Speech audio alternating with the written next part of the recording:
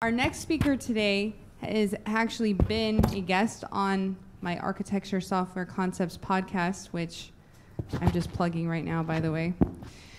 And Eltjo is a lead expert solution architect at CGI in the Netherlands.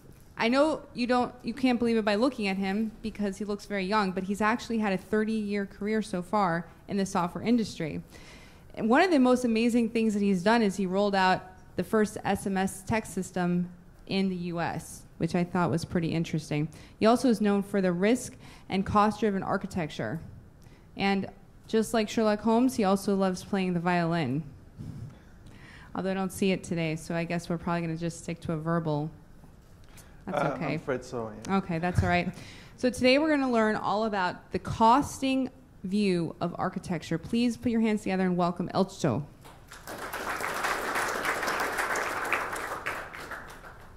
Hi everyone, thanks for giving me the opportunity to share this work that we've been doing within CGI with you guys. So let me tell you a little bit about myself. Well, actually, I think, as we say in Dutch, you have mowed all the grass away in front of me. But so yes, I have a role in architecture within CGI the Netherlands. My main task is to review bids and projects, the complex bids and projects, and usually before we commit to them before they go out in a bid towards the customer. But as a sort of a side effect of that, I'm also standardizing and improving architecture practices in CGI in the Netherlands. I'm also a community of practice lead for the architects, and I think the session following this one will be entirely devoted to architecture communities of practice, so I'll be interested to join that as well. Right, if you like reading about my stuff, there's the URL of my blog. So this talk is about architecture and costing. And you might say, you know, architecture is a technical job. What do we have to do with costing? Isn't that somebody else's job to figure out once we have made our wonderful design? They will figure out what it's going to cost, and they will sell it, and it'll be okay. And I think we can no longer, or maybe we could never, but we cannot afford to think that way. Actually, there's been some wonderful research by Raymond Slot, a PhD student in Holland. He did research, a survey of 49 software development projects, and he looked at whether or not solution architecture or architecture practices were used in those projects. And he also looked at what the end result of those projects was, and he found some amazing things about the importance of using architecture practices. For example, he found that the number of troubled projects in those projects that used architecture practices consistently was 3 times less than in those that didn't use them consistently. And he also found that customers were more satisfied if a qualified solution architect was involved in the project. And the first line, I guess, is very important for today's topic. He found that the standard deviation in the budget accuracy was a factor 2 to 3 less if specifically there was an architect present during the budget calculation of these projects, and also if a defined solution architecture was there during the calculation. So there is a definite correlation between architecture practices and being in control of the costing side of solutions. I know we all sort of thought this, and it's logical, but here is some pretty good scientific research to back that up. So, why did we develop something new in this area within CGI? Well, the reason is as I said, I'm mostly involved in architectures of solutions at the bid stage. And we found that we wanted to use good architecture practices, but they weren't there in the outside world. There were some practices like the SCI practices. We also looked at enterprise architecture practices because most of our solutions don't involve exclusively software. There are solutions that cover software, hardware, service delivery, etc. CGI is a full-service IT services company. So, and also, most of these practices that we found out there in literature were on the heavy side for the time frames that we needed to work in.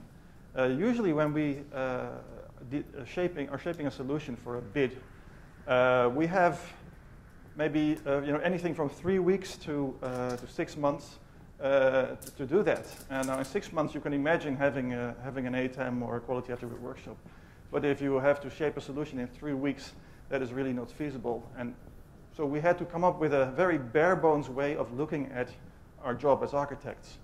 And the way we did that was to change our view of what an architect delivers. And instead of looking at architects as delivering a set of documents, an architecture document, we looked at it from a different way, and we said, what does an architect do every day when he comes into his office? Well, he first looks at what should I work on today, and we call that identifying and prioritizing architecture concerns. And then he needs to prioritize those and then research the most important ones and see if he can address them. And then he has to make decisions that best fit that current situation of that project. So if you add the deliverables to this, you get a sort of a backlog kind of model where your architectural concerns that you are identifying are in a stack here, and you are the sole user of that stack, basically. And you prioritize these based on how important they are. And the most important ones, the ones that you have time for, you research the possible solutions and you decide the best fitting solution, and that results in your main deliverable, your architectural decisions. And when time runs out, that's where you have to stop, because and that sort of determines how deep your architecture can go for that particular situation. So I was talking about prioritizing these architecture concerns and addressing the ones that are most important. And the word important or the word fundamental, you often find in the various definitions of architecture. This is the official ISO 42010 definition: fundamental concepts or properties of a system in its environment, embodied in its elements, relationship, and in the principles of its design and evolution. That's architecture according to the ISO. Martin Fowler has a slightly more elegant and more concise definition. It's about the important stuff, whatever that is. So good. That sort of fits with our feeling of what we do. We want to be important, of course. But then how does that help us in determining what we should focus on? What are the most important, what are the most architecturally significant concerns? And we figured out after a while, and talking to a lot of architects and other stakeholders, that if you equate this important stuff with the impact, the economic impact of these concerns, that actually gives you a very good approximation of what architectural significance means. So that actually tells you then what you should focus on. So risk and cost became then the name of the approach that we developed here, risk and cost-driven architecture, because that sort of defines architectural significance in economic terms.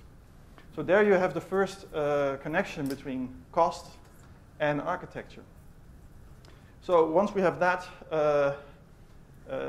we can make the next step. So we started gathering practices from our architects and from literature, and these together we put together in a framework tied together with some principles, and this became the risk and cost-driven architecture. I actually gave a talk about that last year in this same conference. It's based on a view of architecture as a risk and cost management discipline.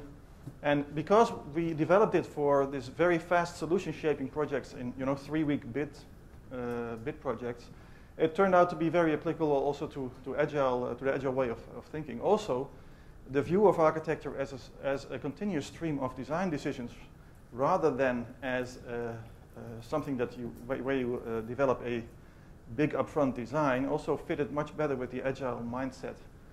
So the approach is actually becoming quite popular in those areas where people are looking for a way to diffuse the tension that there sometimes is between architects and agile development teams.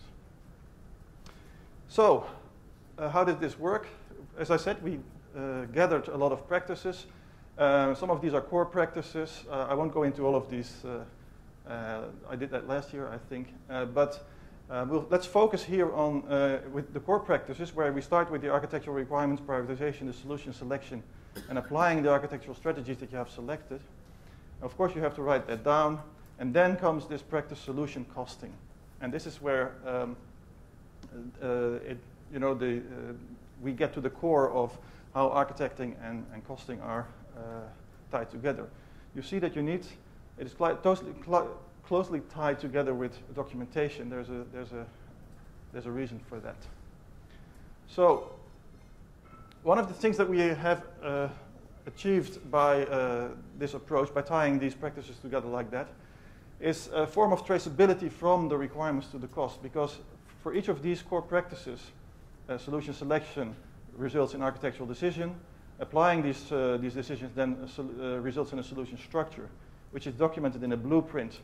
And then the solution costing results in a costing model. And you see here that all of these can be traced to each other. And of course, this is never a one-on-one traceability. So you cannot say, well, this dollar, this amount of dollars here is exactly tied to these architectural requirements and concerns there. There's usually quite a bit of end-to-end relationships in there. But at least you have an idea of how it all hangs together. And if you find out after your costing practice that your costing does not fit within the budget that was originally foreseen, then you at least have some way to go back and some inkling as to what you should need to change or to make it fit. So the fact that it's important to involve architects in costing does not mean that architects are responsible solely for the costing efforts. It always will be a collaboration effort. And so this is a picture that I drew up with a colleague that is responsible for estimation and metrication within our company. And this picture is an attempt to show the various roles that are needed in costing a solution, and the role of the architect in that. Now, traditionally, the estimation effort is led by a project or delivery manager based on sometimes a work breakdown structure or on other methods. And there may be somebody with a specialized role, or this may be the team, but there may be some cost engineer or some other estimators that are involved as well. So let's go through this picture in a little bit more detail. You see that this is actually the architecting work. We have a business issue, and it requires a solution. And the business issue can be detailed into functional and non-functional requirements, or we are in an SEI conference, so I should, I guess, say quality attribute requirements here. I've tried introducing that into our company, but nobody knew what I was talking about. Everybody just calls them NFRs. So we're keeping that name for now, even though it's a bad name. And then the solution architect, based on these requirements and on some kind of a target price or pricing model, will devise a solution. So you see here the first thing that's maybe different from what many people are experiencing, which is that the price of the solution is an input parameter. You see the arrow going upwards. And maybe more traditionally, we are used to first modeling the architecture and then seeing what it's going to cost. This turns out to be more efficient in the world that we are working in. So architects, apart from the functional and non-functional requirements, use the target price as an input parameter. Then the targeted solution is worked out in an architecture. And it's also immediately input for choosing a delivery strategy. And this is where the project or delivery manager gets involved. So this picture shows that actually to choose the best delivery strategy for a solution, you need to know something about that solution. And that sounds logical, but for some reason it is not that universally practiced. Very often a software delivery lifecycle or whatever is chosen based on the particular experience or gut feeling of a project manager, rather than on what is the type of solution that we are going for. So once we have the architecture, we create something that we call the solution breakdown structure. And this is actually a core component of the costing view of architecture. It is a way to break down the solution architecture, or a view on the solution architecture, that is best suitable to create the cost, or to estimate the cost. And the solution breakdown structure will show you which are the deliverable elements in the solution. And together with the delivery strategy, they will result in a work breakdown strategy, work breakdown structure.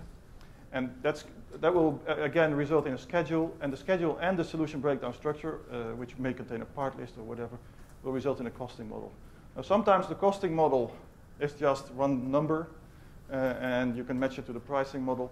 Sometimes you need to make some kind of a transformation there, and you might need something that we call a financial engineer to make that adjustment. So, for example, if your costing model is based on creation of a piece of software and purchasing some hardware to run it on, and the pricing model is transaction-based, meaning we're getting something for every click, then you need to make have a financial expert make that transformation.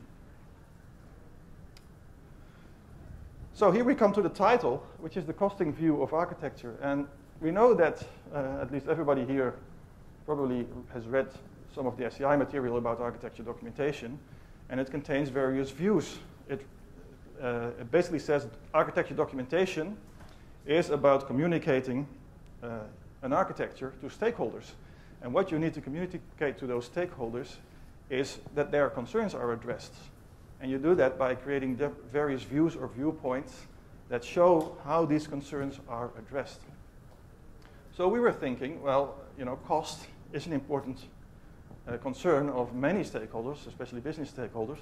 So there must be, in all those libraries of viewpoints out there, there must be already somebody who has done a lot of thinking about the costing view, because how can you show that your costing concern has been addressed? And it turned out that that didn't exist, so we had to make it up, and that's, I guess, what I'm here to share with you guys. So this is what we came up with. We have a template that is based on our need to have a solution defined for the purposes of costing it. So this is basically a template for a software architecture or a solution architecture description. So you will recognize all of the usual suspects, such as some summary of the requirements and some reasoning as to why they are significant, what are the drivers behind them. And then you will have some viewpoints, and we have two here. And what we put in there also is the key design decisions and concerns, because, as I said before, we look at architecture as a decision-making discipline. So here we have these two viewpoints, operational and delivery breakdown view, and this, according to our experience, is the bare minimum that you need to be able to cost a solution to a level where you would be able to sort of commit yourself to delivering it. So we're talking about a bid stage. You're writing an offer for a customer, and you're saying, this is going to be our solution. This is going to be its structure, and this is what it's going to cost. And basically what it comes down to is that you need to know two things. You need to know how your solution will operate once it's operational. What does it look like then? And why do you need to know that? Because, first of all, it's very important in scoping, because if you know what the solution looks like in operation, you also know where it ends. So you know the solution boundary, so that sort of defines the scope of the solution. It's very important for costing purposes. And then you may have an operational decomposition, which is basically a level 1 or level 2, a breakdown of the various components at runtime. The second thing that you then need is to know how to get there. You start with your current situation, which may be nothing, I noticed, I think this morning there was one person who raised their hands and said that they were working on greenfield projects, so maybe nothing, but usually there is something already there, and you need to sort of transform that to get to your situation that you have described in your operational view. And that's what we call the delivery process, and the view that describes that is the delivery breakdown view, which contains two things: the solution breakdown structure, which is how your solution falls apart in deliverable elements, which is usually different from the various components in your operational view. And then you need your delivery strategy, which basically says how are you then going to put all of that together. So a bit about solution breakdown structure. It's a hierarchical decomposition of the solution, like most decompositions, I guess. It's a tree, and it's actually we have stolen this or borrowed it or reused it, I guess is the word to use here, from the project management methods. They call this a product breakdown structure. And just because we are not always talking about software products here, but maybe something else, we have changed the name to solution breakdown structure. And it focuses on how the solution, various elements of the solution are developed and then delivered. So here's an example of a smartphone, and to get to a smartphone, I guess with all the Samsung people here, correct me if I'm wrong, but this is just an example here that I'm going to use. You see that there's hardware to be delivered, there's software to be delivered, a prototype, which itself also again contains hardware and software. And then we have some packaging and we have a marketing plan, and this is sort of how the solution falls apart in deliverable elements. And below this, there should be a list of all of these leaves of this tree, and that shows, first of all, who is responsible for delivering that leaf of the tree, and then also how you are going to sort of estimate the cost. Sometimes it's something you just buy out of a catalog, but sometimes it may be a piece of software you need to develop. At least you should make sure that the leaves in this solution breakdown structure tree can be delivered by one single organization, because if it requires multiple organizations, then you need to go at one level at least of detail deeper. The next thing then that you need to know is, because you're not there if you have the part list, you also need to know how to put it all together. So first of all, think about how each of the leaves gets into being. And normally, that would not be the responsibility of the solution of the architect alone. Normally, you would have I don't know, maybe a purchasing department or a project or delivery manager. But here, the architect is very important to be involved in that process. And then, last but not least, and this is something that for some obscure reason is very often forgotten, you also need to think of how, once you have all the elements in your solution breakdown structure, how to put it all together. And once again, this is also related to your life cycle choice. Primary responsibility would be with the project or delivery manager, but the solution architect should definitely be involved, because he's the one who best understands the structure of the solution. So, to summarize, first of all, your project control and your cost control can be significantly improved by using architecting practices. And it certainly helps, especially if you're an architect in an agile environment or in an environment that needs quick results.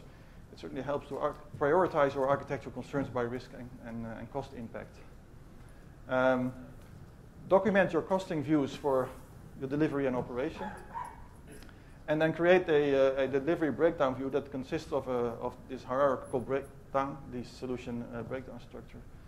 And don't forget the delivery strategy, which includes the development approach of all of the elements in your tree, and also how these will be put together.